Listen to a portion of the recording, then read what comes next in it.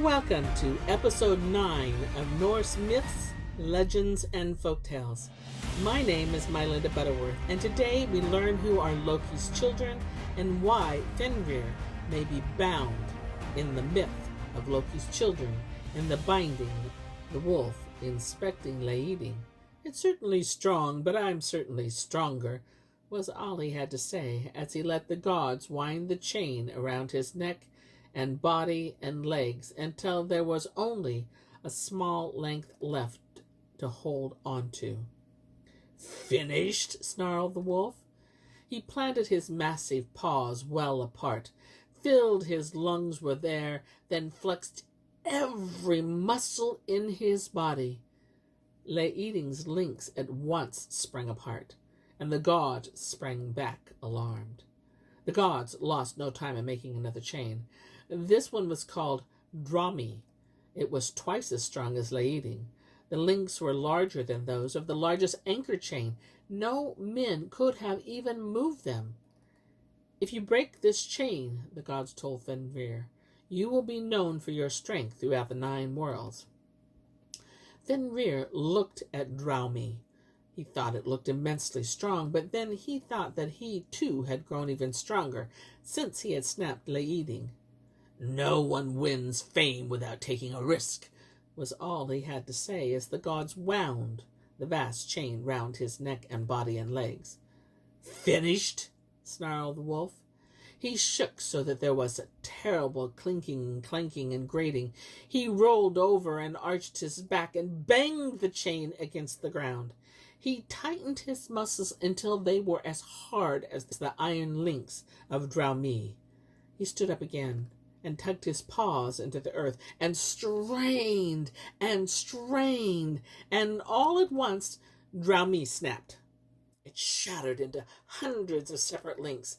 The shrapnel flew in every direction.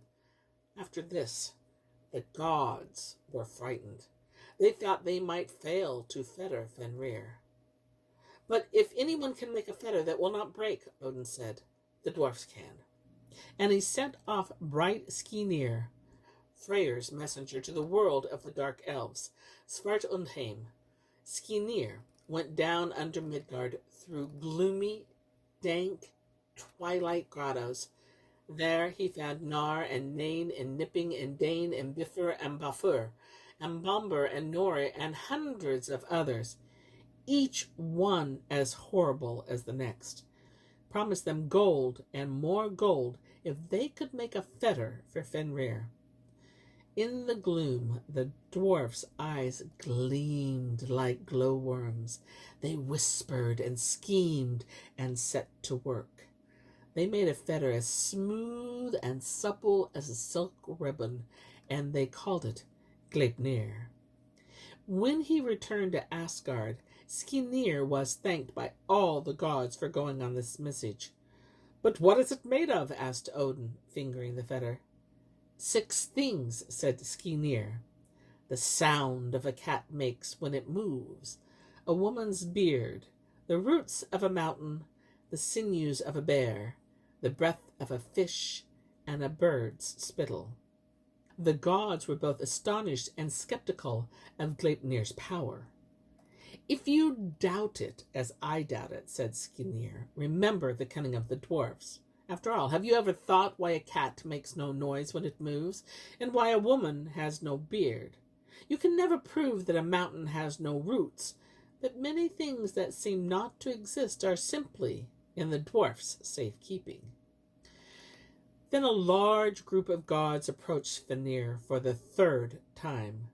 They invited him to go with them to the island of Lyngvi in the middle of Lake Eimsvartnir.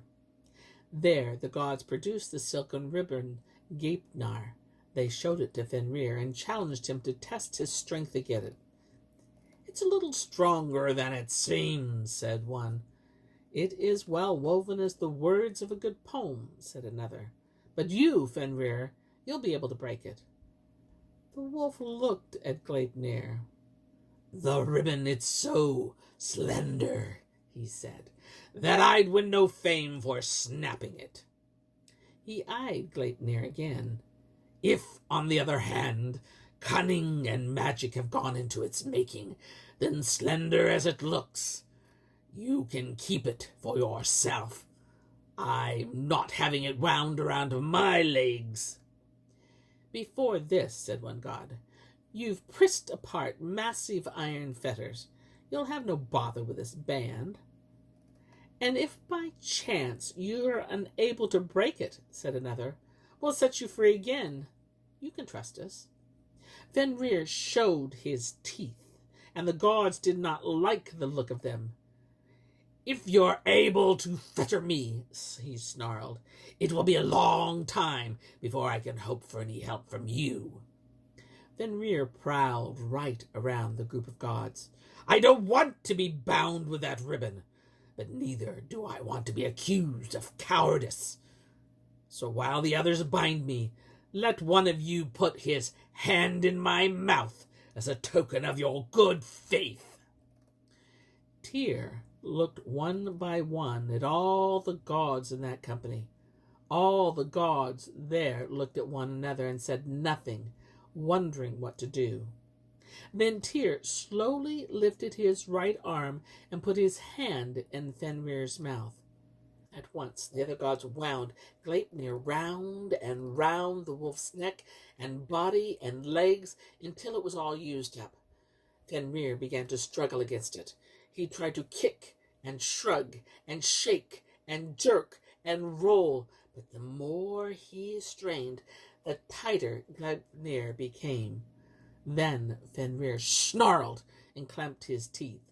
Tyr, bravest of the gods, twisted and cried out, unable to bear such pain. The other gods laughed. They knew that Fenrir was bound at last. They all laughed except Tyr. He lost his hand. The gods fixed the large chain called Gaelga to the end of the silken ribbon. They passed the end of this chain through the hole in a huge boulder called Giol, looped it back, and secured it to itself. The gods drove Giol a mile down into the earth. Then they found the vast rock, the Viti, and dropped that on top of Giol to fasten it. Fenrir shook and wrestled. He grated his teeth and gulped and opened his blood-stained jaws immensely wide. Then one of the gods drew his sword. He drove the point hard into the roof of Fenrir's mouth and rammed the hilt against his lower jaw. The wolf was gagged. Fenrir was gagged, and Fenrir was bound. His howls were terrible, and slaver streamed from his jaws. It ran from the middle of the island into the lake of Amsvartnir and was called Von, the river of expectation. And just as the Midgard serpent waits at the bottom of the ocean, coiled round the world, just as hell waits in Niflheim, surrounded by corpses and swirling death mists, so gagged and bound on Lyngvi, Fenrir lies and waits for Ragnarok. And here is where I end my tale for today. But I'll be back with more tales. Many more tales. Until then, my friends, enjoy the journey.